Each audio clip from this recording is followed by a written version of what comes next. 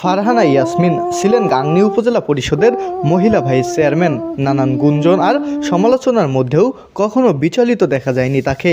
সব কিছু পাশ কাটিয়ে তিনি সবসময় ছিলেন আলোচনায়। ফারহানা ইয়াসমিন আলোচিত হন 2019 সালের তৃতীয় ধাপে পঞ্চম উপজেলা পরিষদ নির্বাচনে গাংনী উপজেলা পরিষদ মহিলা ভাইস চেয়ারম্যান নির্বাচিত হওয়ার মধ্য দিয়ে। 2024 সালের দ্বিতীয় ধাপে ষষ্ঠ উপজেলা পরিষদ নির্বাচনে অংশগ্রহণ করে তিনি পরাজিত হয়েছিলেন।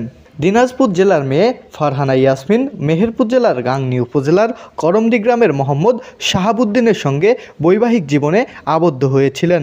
শাহাবুদ্দিন ফারহানা দম্পতির একটি কন্যা সন্তানও রয়েছে। ফারহানা ইয়াসমিন উপজেলা মহিলা ভাইস চেয়ারম্যান নির্বাচিত হওয়ার পর 2020 সালের 9 ফেব্রুয়ারি মৃত্যুবরণ করেন তার স্বামী মোহাম্মদ শাহাবুদ্দিন। এরপর 2020 সালের 26 মে তিনি আবারও বিয়ের পিঁড়িতে বসেন। তবে সে বিয়ে স্বাভাবিক ছিল না, হয়েছিল খবরের শিরোনাম।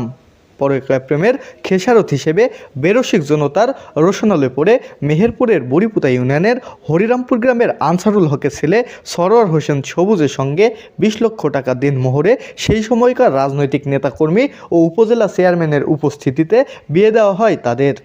পরবর্তীতে প্রকাশিত এক সংবাদে ষড়যন্ত্র করে ফাঁসানো ও জোরপূর্বক বিয়ে দেওয়ার অভিযোগ তুলেছিলেন ফারহানা ইয়াসমিন।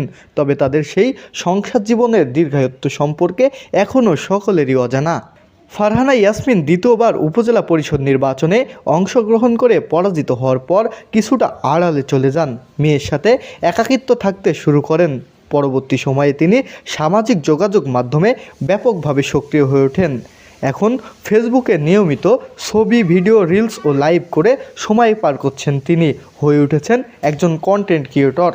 ফেসবুকে তাকে গানও গাইতে দেখা যায়। ফেসবুকের পাশাপাশি তাকে ইনস্টাগ্রাম সহ সামাজিক যোগাযোগ মাধ্যমে বেশ সক্রিয় দেখা গেছে।